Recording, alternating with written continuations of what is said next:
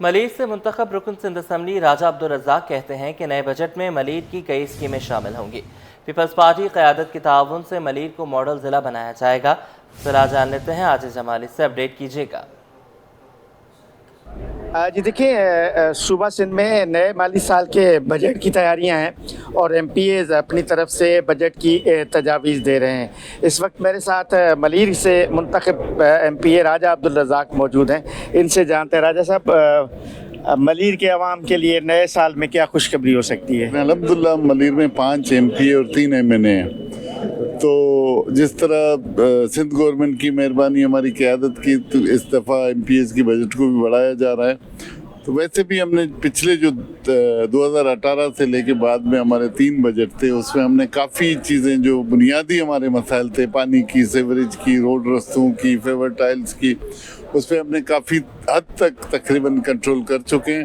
اور انشاءاللہ اس بجٹ میں ہماری ٹارگٹ کے ہم اسکول، ایجوکیشن اور ہیلتھ کو ہم بالکل ہی وہ ٹارگٹ کر کے جہاں جہاں ضرورت ہے ہمارے پاس، ہم نے پچھلے بجٹ میں بھی میں نے اپنے حلقے میں ایک ہاسپٹل اپروو کرایا تھا، انشاءاللہ وہ بھی اپرووڈ ہو گیا اور اس پہ کام شروع ہوگا۔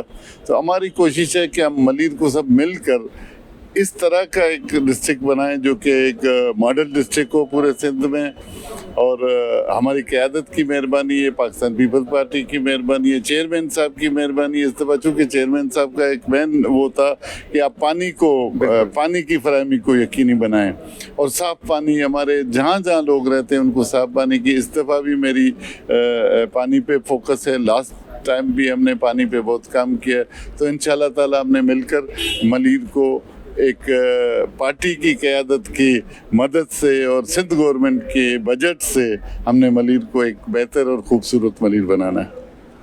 سنا آپ نے ملیر کے رکن اسمبلی راجہ عبدالرزاق کو جو بتا رہے تھے کہ پانی کی اسکیمیں، اسکول اور صحت کی اسکیمیں ضلع ملیر سے دی ہیں، اور انہوں نے کہا ہے کہ پارٹی قیادت کی بھی ہدایات ہیں اور سندھ بجٹ کے بدولت ملیر کو پورے سندھ میں ایک ماڈل ضلع بنایا جائے گا، بقول راجہ عبدالرزاق کی۔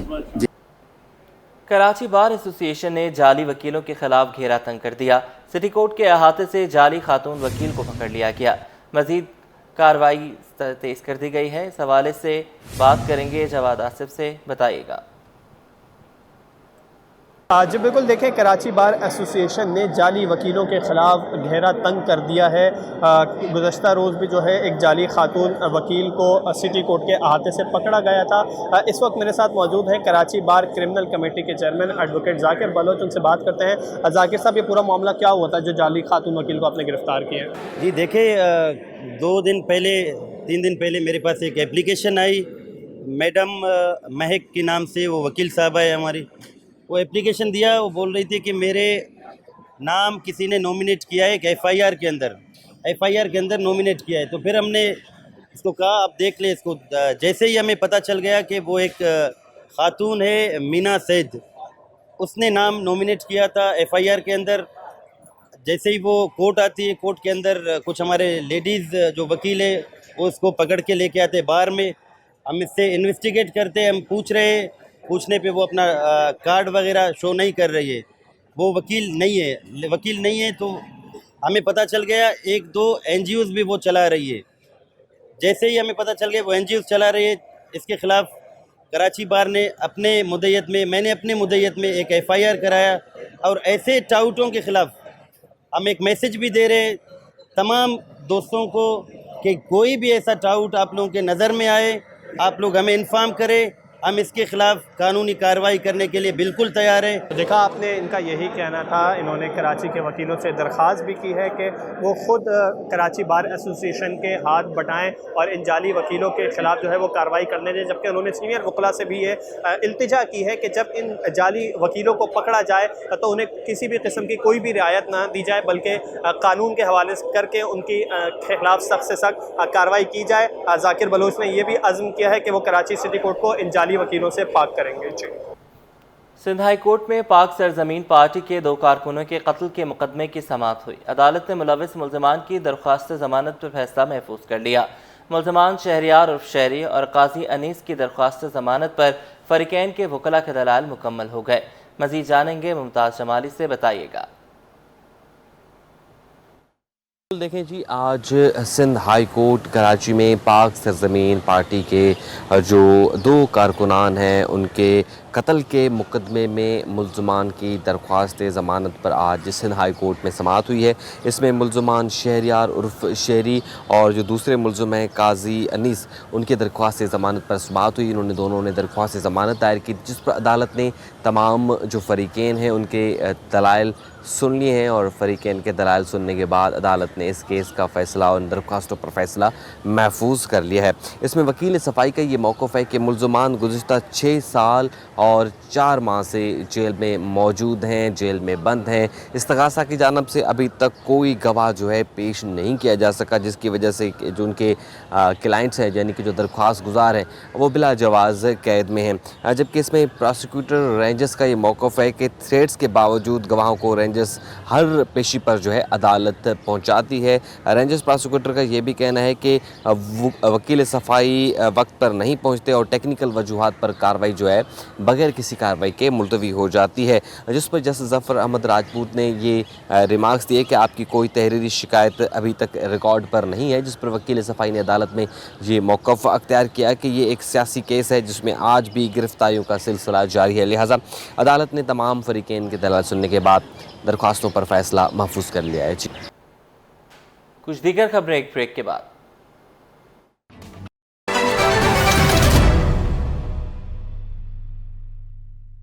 نئی فائزر بیوٹی کریم جس میں شامل ہے اومیگا 3 جو آپ کی جلد کو گہرائی سے ہائیڈریٹ کرتا ہے۔ New Pfizer beauty cream, a product by Punia brothers.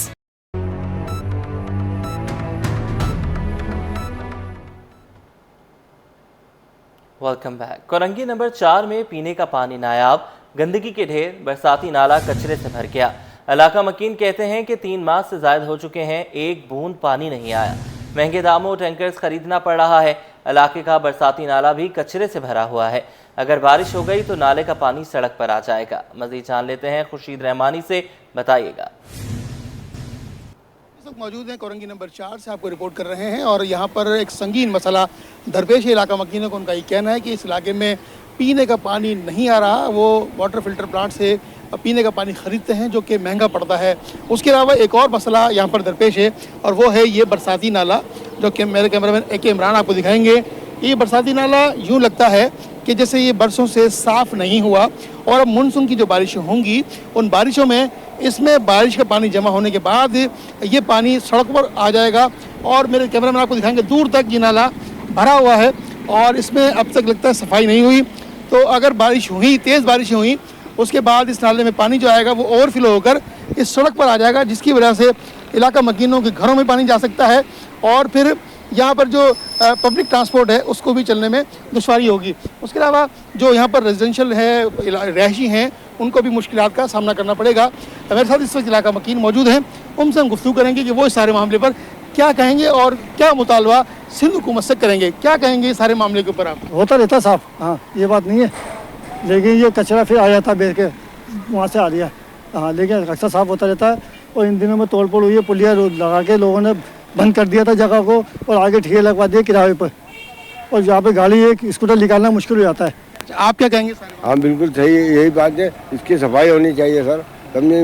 اور بلکہ یہاں تک یہ دیکھو پورا نالا انہوں نے قبضہ کیا ہوا ہے، مٹی ڈال کے، برساتی نالا ہے وہ، سمجھے نہیں۔ یہ سب چیزیں کلیئر ہونی چاہیے نا، علاقہ مکینوں کو کچھ تو سکون ملے۔ ایک تو پینے کا پانی نہیں ہے، سمجھے، دوسرا یہ مسئلہ اگر جو تیز بارش ہو گئی تو گھروں میں پانی گھسے گا۔ علاقہ مکینوں کا یہ کہنا ہے کہ اس نالے کو بھی صاف ہونا چاہیے تاکہ برسات کا پانی یہاں آ کر اوور فلو نہ ہو۔ اس کے علاوہ پینے کا جو پانی ہے اس کے لیے ٹھوس بنیادوں پر حکمت عملی ترتیب دی جانی چاہیے تاکہ علاقہ مکینوں کو پینے کا پانی میسر آ سکے، تاکہ ان کو مہنگے داموں ٹینکر نہ خریدنا پڑے۔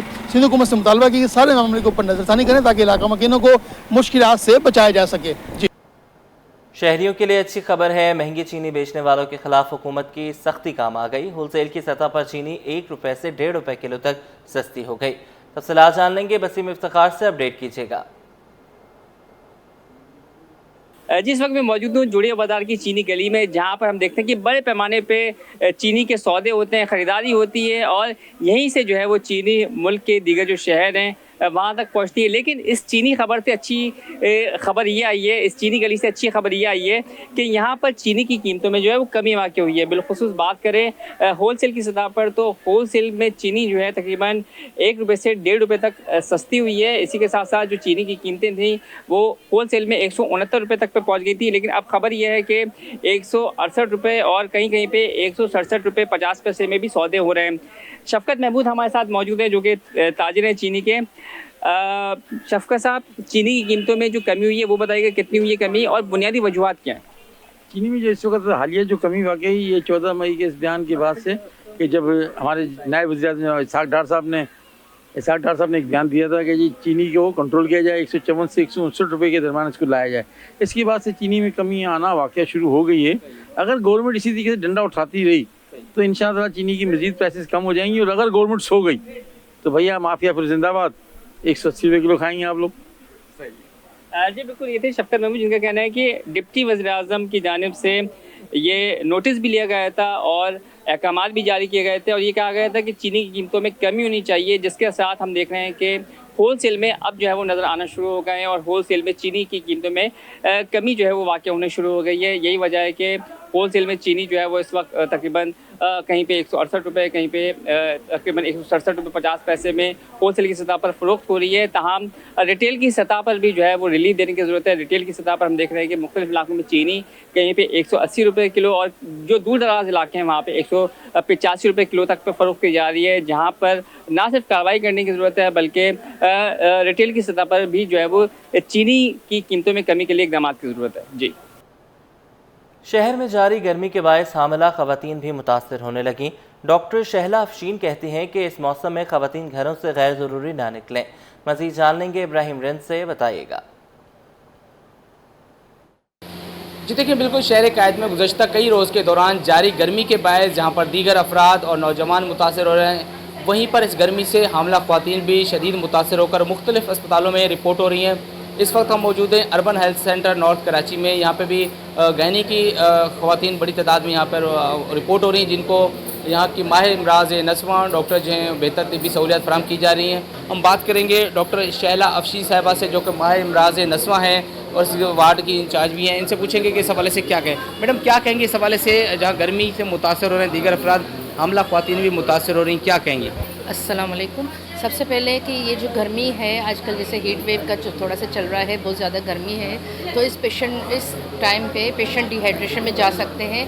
हमारा ये कहना है कि पेशेंट को ज़्यादा से ज़्यादा फ्लूइड्स लें, पानी लें, गर्मी में ज़्यादा ना निकलें, ठीक है। जो आपको टाइम दिया जाता है उस पर आएँ और उसके अलावा जो है अपना विज़िट टाइम से करें और ताकत की दवाएँ लें, ORS लें और कैल्सी वगैरह ऐसी चीज़ें पिएँ जिससे आपकी डिहाइड्रेशन कंट्रोल में रहे, ठीक है। अच्छा मैडम, ये बंद घर रहे हैं, छोटे छोटे दरवाजे और छोटे खिड़कियाँ, बिजली की लोड शेडिंग, इससे कितना मुतासर होती हैं ख़वातीन?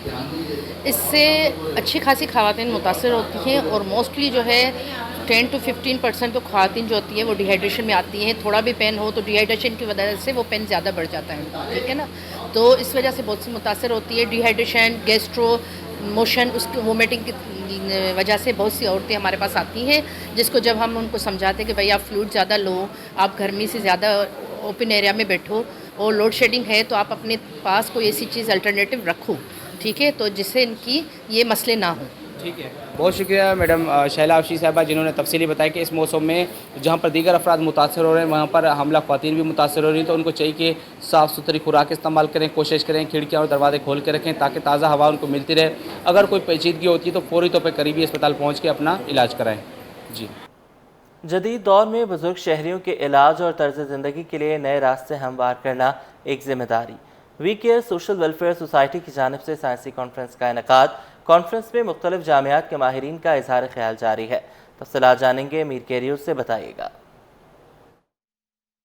देखिए जी, बिल्कुल इस जदीद दौर और टेक्नोलॉजी के दौर में जहाँ सेहत आमा के मसाइल बढ़ते जा रहे हैं, वहीं कुछ ऐसे इदारे भी हैं जो बुज़ुर्ग शहरी हैं उनकी सेहत आमा के लिए, उनकी ट्रीटमेंट के लिए, उनके लिए जदीद इलाज तलाश करने के लिए जदीद साइंसी जो है तकरीबात का भी इनेकाद करें। We care social welfare society की जानिब से भी आज इसी तरह का एक कॉन्फ्रेंस की जा रही है, साइंटिफिक कॉन्फ्रेंस है। इसका बुनियादी थीम क्या है, उसका मकसद क्या है, इस पर हम मुंतज़मीन से बात करेंगे कि आज की इस कॉन्फ्रेंस का क्या मकसद है, क्या थीम है और क्या नई टेक्नोलॉजीज़ के पर बात की जा रही है। ये फर्स्ट साइंटिफिक कॉन्फ्रेंस होने जा रही है इन पाकिस्तान में हेल्दी एजिंग के ऊपर, जिसमें हम उनकी इम्प्लीमेंटेशन बता रहे हैं कि कैसे इंक्लूसिविटी इन पाकिस्तान लेकर आएँ, ताकि सिर्फ ओल्ड एज या एक एल्डरली ही नहीं होता इश्यूज़, उनके बहुत सारे साथ ज़िंदगी में इश्यूज़ होते हैं, साथ साथ में वो बूढ़े तो हो ही रहे होते हैं, उनको मेडिकल इश्यूज़ होते हैं, उनको